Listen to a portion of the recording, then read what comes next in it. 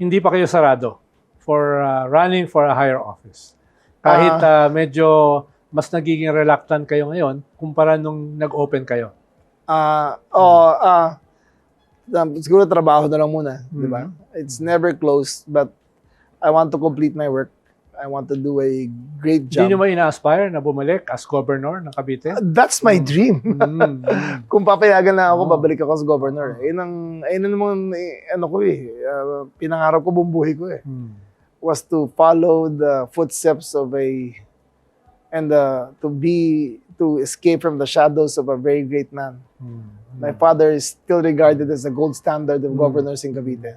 And my dream has always been to bring Cavite to the next steps. And I think my work is incomplete.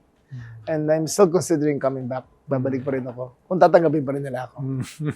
So, kamusta naman ang inyong family life, love life? No? Are you happily married, happily father, happily everything? I'm very proud. My son just had his grad ball sa Ateneo High School nung Sunday. Na Sunday lang. So, last ko na to. 9 years, 2008 siya pinanganak. So, I hope he graduates in 4 years. Diba? Tapos na kami. Tapos na kami mag-asawa. She's a doctor. My wife's a doctor sa Asian Hospital. And initin na namin matapos. Ayun ang pangarap natin eh. Diba? Mapatapos mo lahat. Diba? Mapatapos lang lahat.